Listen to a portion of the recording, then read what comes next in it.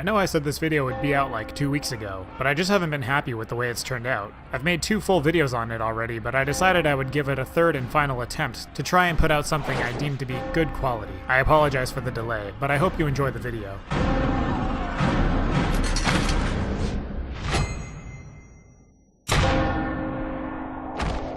Ubisoft released the first Assassin's Creed in 2007. I remember going to EB Games, or GameStop for my American viewers, and picking up a copy for my Xbox 360. I got home super excited to see what this new series had to offer. I had been watching the advertisements for weeks, counting down the days. I saw the reviews on IGN and GameSpot, both of which seemed to give it fairly high ratings. I put the game in, sat down on my couch, and after about 2 hours, I was pretty bored.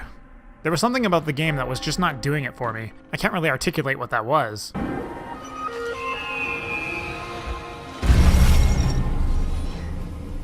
There was so much to be excited about. Exploring a world from the eyes of somebody during the Crusades. Playing as an assassin of all things. And it was the follow-up to the Prince of Persia Sands of Time trilogy, which I loved. I think it would be really interesting to go back in time to my younger self and ask that 19-year-old what his thoughts were. Instead, I decided to do the next best thing and give it another go. I recently picked up the original Assassin's Creed game on Steam, and I played through the campaign in about 2 days. The game definitely has some problems.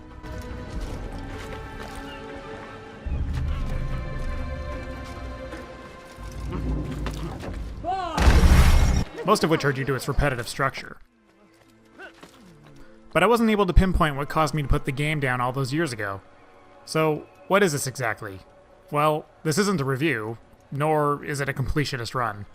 I think we're going to consider it a retrospective look on the Assassin's Creed series. I'm going to be going through each of the mainline entries and discussing the good and the bad, the plot, the characters, and how each installment laid the groundwork for future entries. I'll also throw in my opinion on whether these games are worth playing or not at the end of each video. Welcome to Assassin's Creed in 2019. To get the ball rolling, I'm going to start by introducing the main characters of the game. We have Desmond Miles, a present-day ex-assassin. I'm a bartender, for Christ's sakes! What do you want me to do, teach you how to mix a martini? And Altair, whose last name I won't even attempt to pronounce. Altair's story takes place in 1191 AD during the Third Crusades, a time when the Assassins and the Templars were at war. Assassin's Creed's story focuses on both of these individuals. The bulk of the game is seen through Altair's perspective, while Desmond's segments are more short bursts of narrative which help build the world. While playing as Desmond, we are pretty much limited to walking around what I guess we can call a lab, and talking to the 2 other people in the room, Dr. Warren Vidic and Lucy Stillman. I'll explain their significance shortly. We can also sometimes interact with the laptop as well as our bed, and perhaps the most important device of all, the Animus.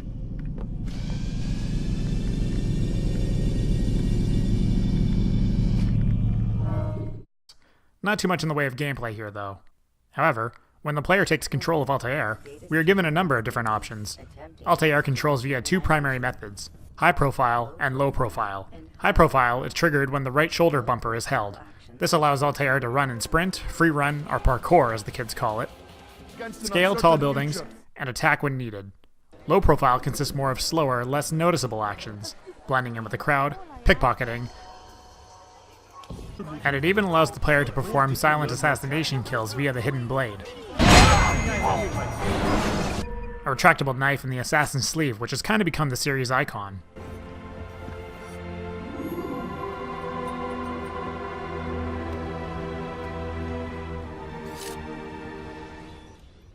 The game begins with an introduction to Desmond. He has been taken prisoner and is being forced to enter the Animus, Bastards! a device that allows an individual to synchronize with and live the experiences of a distant relative using genetic memory. His captors, Dr. Warren Vidic and Lucy Stillman, are looking for something, and all we are told is that Desmond and his ancestor are the key to finding it. What it is and why is not revealed for some time yet. After a brief tutorial, we sync up with Altair.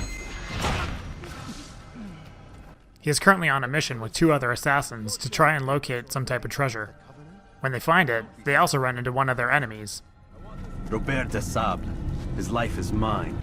which gives Altair the idea to handle 2 birds with 1 stone. After a failed attempt to kill Robert, he is tossed from the room, leaving his comrades at the mercy of the Templars. With no way back in, Altair makes his way through the catacombs and retreats to his home at Messaaf. When we return to our master, the sinister-looking Al-Mualim, we tell him of our failure. that we ran into some Templars, we did not recover the treasure that we were sent for, and that the other 2 assassins were killed. Except, one was not. No! Not that. Malik seems to have survived and has brought with him the treasure. However, he has also returned with the Templar army in tow. Robert de Sable lays siege to Masyaf's village. And we are told to help defend the village. After a brief taste of the game's combat system, we are told to retreat to the keep. Break off the attack and return to Masya! Al-Mualim commands! This sets us up for an introduction to another series staple, the Leap of Faith. Climbing to the top of a tall structure, and diving off of it into a nearby pile of hay. Walking across some beams and climbing the outside of one of the towers, we flank around the Templars and set off a trap.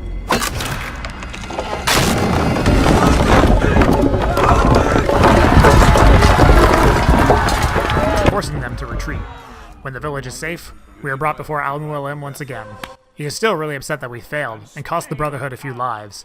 In exchange, he stabs Altair, and we are ejected from the Animus. There are only a few things to note with this Desmond segment. The first is that Lucy, the assistant, clearly cares about the well-being of Desmond, thinking it's appropriate for him to take breaks from the Animus from time to time. We shouldn't risk it. What's another hour or 2? Why don't we discuss this? While Dr. Warren Vidic would rather keep him under for as long as possible to get the most out of him before he needs to rest. When Desmond wakes up the next morning, the doctor is looming over him. Gotta say, that's a little creepy, Doc. Waking up to you standing over me. You been watching me sleep? Eagerly wanting to continue his search for whatever it is he's after. He also gives Desmond a cryptic explanation as to what his intentions are. To use a rather tired analogy, corruption is no different than cancer. Cut out the tumors, but fail to treat the source and, well, you're buying time at best. There's no true change to be had without comprehensive, systemic intervention. When we get back into the Animus, we sync up with Altair once again, who thought he was dead, but then we are told, You saw what I wanted you to see, and then you slept the sleep of the dead, of the womb, that you might awake and be reborn. I honestly don't really know what this means, but I just chalked it up to the stabbing being more of an intense hallucination. Either that, or we're a zombie. You'll see you have been stripped of your possessions, your rank as well. You are a novice, a child once more, as you were on the day you first joined our order. I am offering you a chance at redemption. You'll earn your way back into the Brotherhood. Then tell me what it is that I must do. We have been betrayed. Someone was assisting Robert de Sable, one of our own. You must find him and bring him here for questioning. This is how Assassin's Creed justifies teaching the player the concepts of the game, and how each future mission is going to play out. In order to reach our target, we must learn the arts of staying out of sight. Eavesdropping. I know what I saw. Musun opened the gate. He let the Templars in. Pickpocketing. And tailing suspicious individuals until we can beat some information out of them. Enough! I yield! I yield! Speak quickly, then. Once complete, we bring the traitor back to Al-Mualim. Then you will die.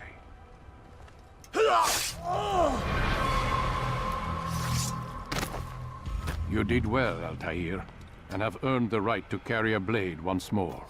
And this is where we are given Altair's main objective. I hold here a list. 9 names adorn it. 9 men who need to die.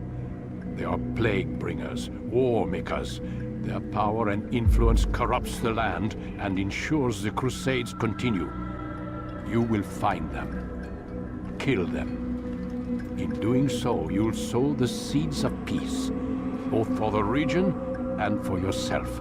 We are told our first target is Tamir, a black market trader. He is located in Damascus. And this is where the repetitive structure of the game comes into play. Each mission can essentially be broken down into the Have following. you any questions? Talk to Al-Mualim, travel to Damascus, Akka, or Jerusalem.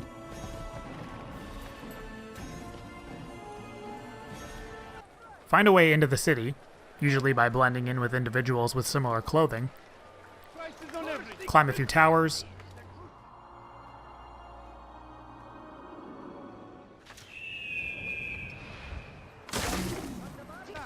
Find the Assassin's Bureau. Altair, it is good to see you. eavesdrop, pickpocket, and interrogate someone. You seem to know quite a bit about Tamir. Go back to the Bureau to show that you've checked all the boxes and get permission to kill. Altair, welcome, welcome. I've done what you asked. Now give me the marker.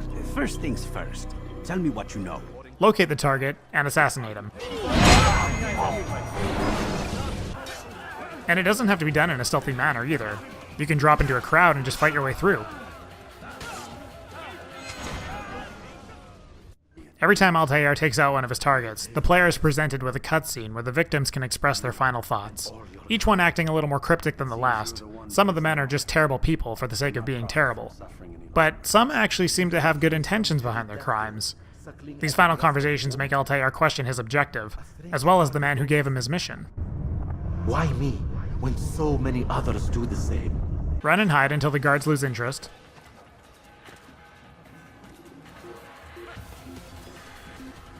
Return to the Bureau to report your success. Word has reached me of your victory, Altair. You have my gratitude and my respect. And then return to Masyaf to get your next target. After each mission, you gain a rank which increases your life bar, as well as obtain a weapon or a skill that was taken away from you at the beginning of the game.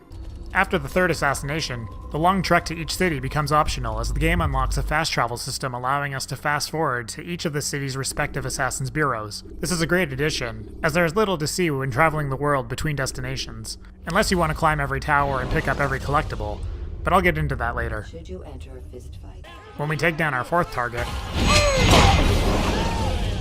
Al-Mualim begins speaking in riddles when Altair asks him about the final confessions our victims are giving him. Though they do not admit it directly, there is a tie that binds them. I'm sure of it. There is a difference, Altair, between what we are told to be true and what we see to be true. Most men do not bother to make the distinction. It is simpler that way. But as an assassin, it is your nature to notice, to question. Then what is it that connects these men? But as an assassin, it is also your duty to still these thoughts and trust in your master. For there can be no true peace without order, and order requires authority. You speak in circles, Master. You commend me for being aware, then ask me not to be. Which is it? The question will be answered when you no longer need to ask it. He seems a little suspicious, but we press forward. After the fifth assassination, rest now. It is revealed that each of the men on Al-Mualim's list are serving under the Templar Order. I demand you tell me what binds these men. What you say is true. These men are connected by a blood oath not unlike our own. Who are they? Non nobis, domine non nobis. Templars. Altair also asks about the treasure that Malik collected at the beginning of the game, but we don't get to learn about that just yet. Our sixth kill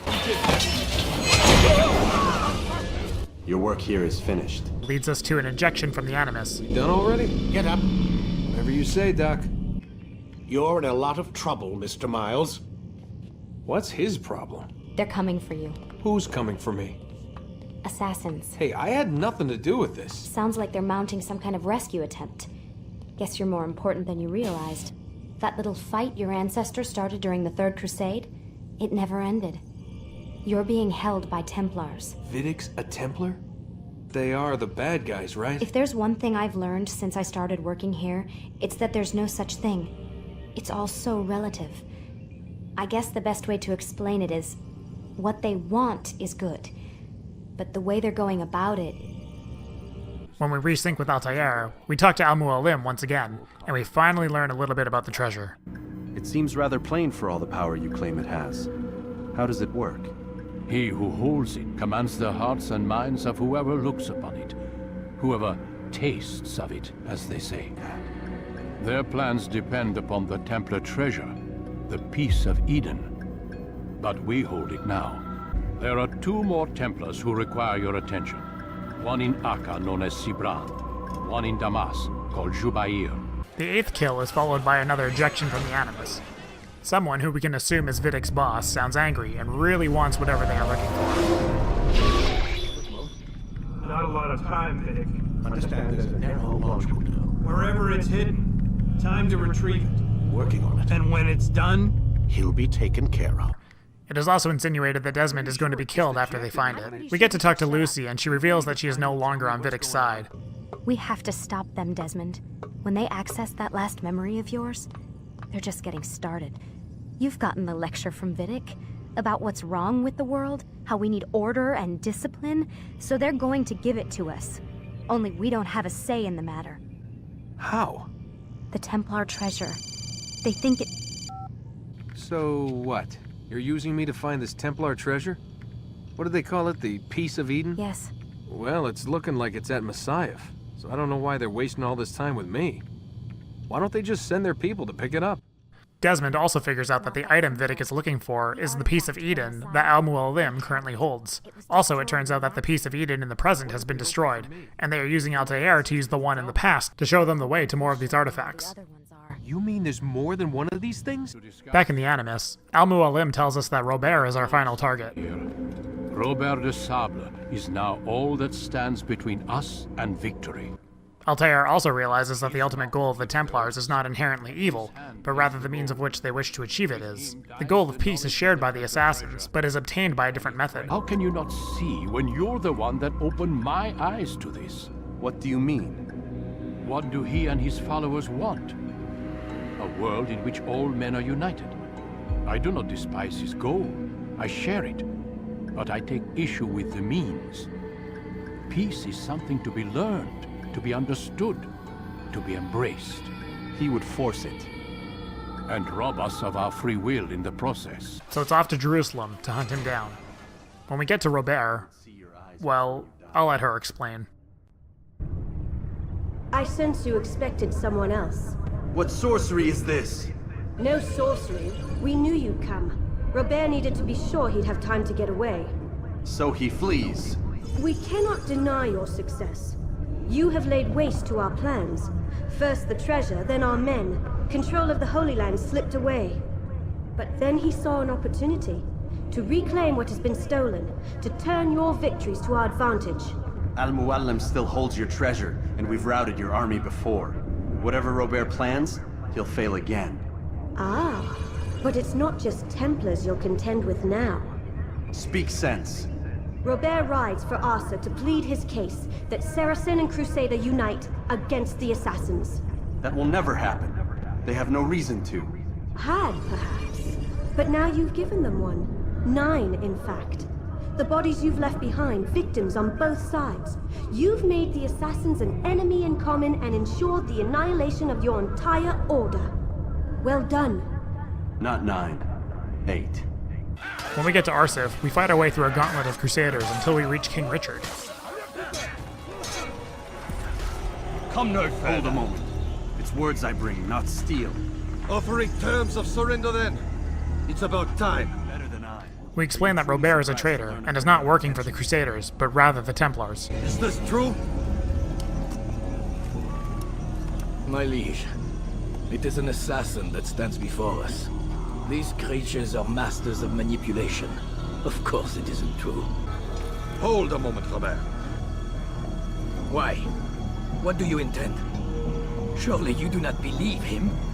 It is a difficult decision, one I cannot make alone. I must leave it in the hands of one wiser than I. Thank you. No, Robert, not you. Then who? The Lord. Let this be decided by combat. Surely God will side with the one whose cause is righteous. Upon confronting and finally taking down Robert, It's done then. a bombshell is dropped, and we are told yet another connection that our 9 targets have amongst each other is the knowledge of the Eden treasure. However, Robert also speaks of a 10th man who needs to die. 9 men he sent you to kill, yes? The 9 who guarded the treasure's secret. What of it? It wasn't 9 who found the treasure, assassin. Not 9, but 10. A 10th? None may live who carry the secret. Give me his name. Oh, but you know him well. And I doubt very much you'd take his life as willingly as you've taken mine. Who?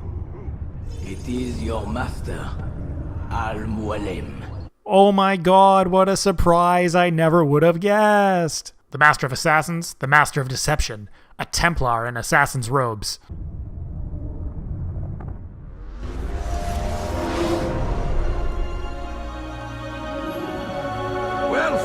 assassin. It seems God favors your cause this day.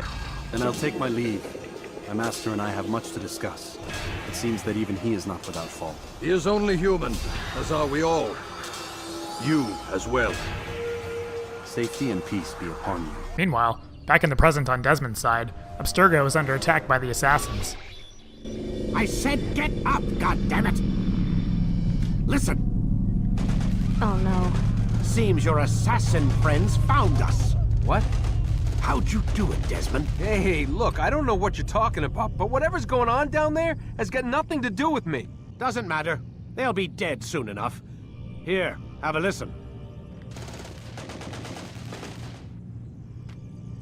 That's been neutralized. Looks like the cavalry won't be coming. Thanks. While Desmond is feeling pretty helpless at this point. It's not as bad as it seems. What are you talking about? They just killed, literally killed, my only chance of getting out of here. And then I find out the assassins are all but destroyed, and Christ, I still don't know what these people are planning. But I do know they plan to kill me when they're done. I am screwed, okay? What do you want me to do? Just try and have a little faith. She's been an assassin undercover this entire time. You're... Have faith. Rest up, Desmond. You're gonna need the energy. Once we resync and return to Masyaf, it is very clear that something is wrong. Where is everyone? Gone to see the Master. Was it the Templars? Did they attack again? They walk the path. What path?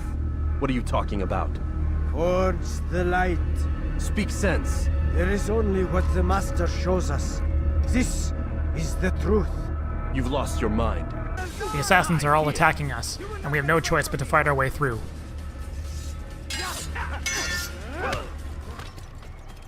You picked a fine time to arrive. So it seems. Malik and a few of his men are still on our side and agree to fight with Altair, handling the remaining waves of assassins. Distract these thralls then. Assault the fortress from behind.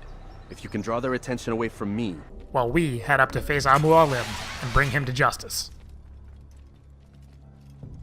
What's happening?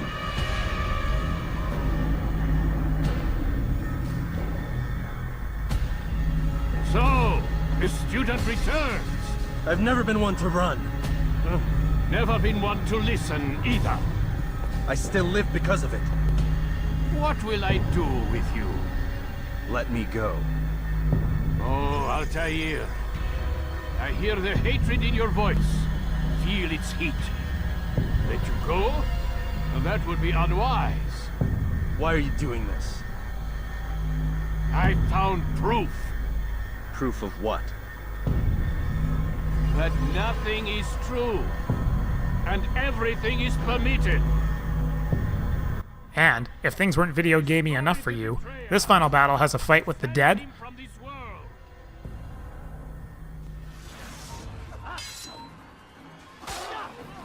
a fight with clones,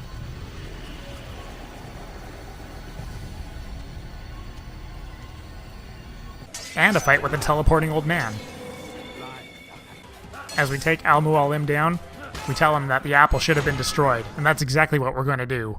That is, until Altair says he can't, and is frozen in place. It's not really explained why, and I guess we're meant to believe this is part of the sequel bait. The Apple of Eden displays a map that shows the location of all the other pieces of Eden, and this is where we hear Dr. Vidic's voice. We've got it. What the hell was that? Dr. Vidic has the map, and now Desmond is useless to him. We've got the map. How many? At least half a dozen. We don't need them all. We should assume some amount of decay. I can't imagine they'll all still be functioning. We have what we need. Kill him. Wait. As he is told to kill Desmond by a faceless voice, Lucy interjects and suggests keeping Desmond alive in case they need the skills of an assassin or more of his memories, as it would seem that Desmond is one of the last remaining assassins in the present. Very well. Ensure we have no further need of him, then kill him. Fine. They agree, and as Lucy and Vidic leave, Altair's eagle vision triggers within Desmond. He sees strange symbols on the floor. What the hell is that?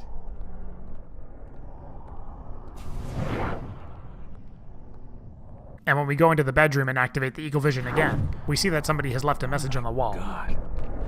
The hell were they keeping here before me? And what happened to him? What does it mean, I wonder? As we ponder what this could possibly be, The game ends and the credits roll.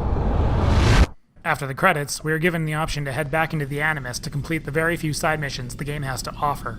There are the occasional enemies to fight, a number of Templars, towers to climb and synchronize with, which will fill in a portion of the map each time you find a new tower, and collectible flags, like 400 or so. Within the city limits, you will still find these flags, Templars to kill, and towers to climb, but there are also what are called free missions, which tend to consist of helping a civilian who is being harassed by the guards. That's kind of it. Aside from achievement hunting, there's not really a whole lot here. So, is Assassin's Creed 1 worth playing in 2019? Honestly, not really. Unless you're a huge fan of the franchise who for some reason hasn't played it yet, I'd just recommend passing on this one. Feels like a bit of a tech demo, or foundation for what would be a much better game. It's forbidden for you to be here. Hey, thanks for checking out my video. Sorry that took so long. If you liked what you saw, please hit that like and subscribe button. If not, feel free to dislike and leave a comment on what could be improved upon. I'm always open to constructive criticism. Hope you enjoyed, and I'll see you in the next episode when I review Assassin's Creed 2.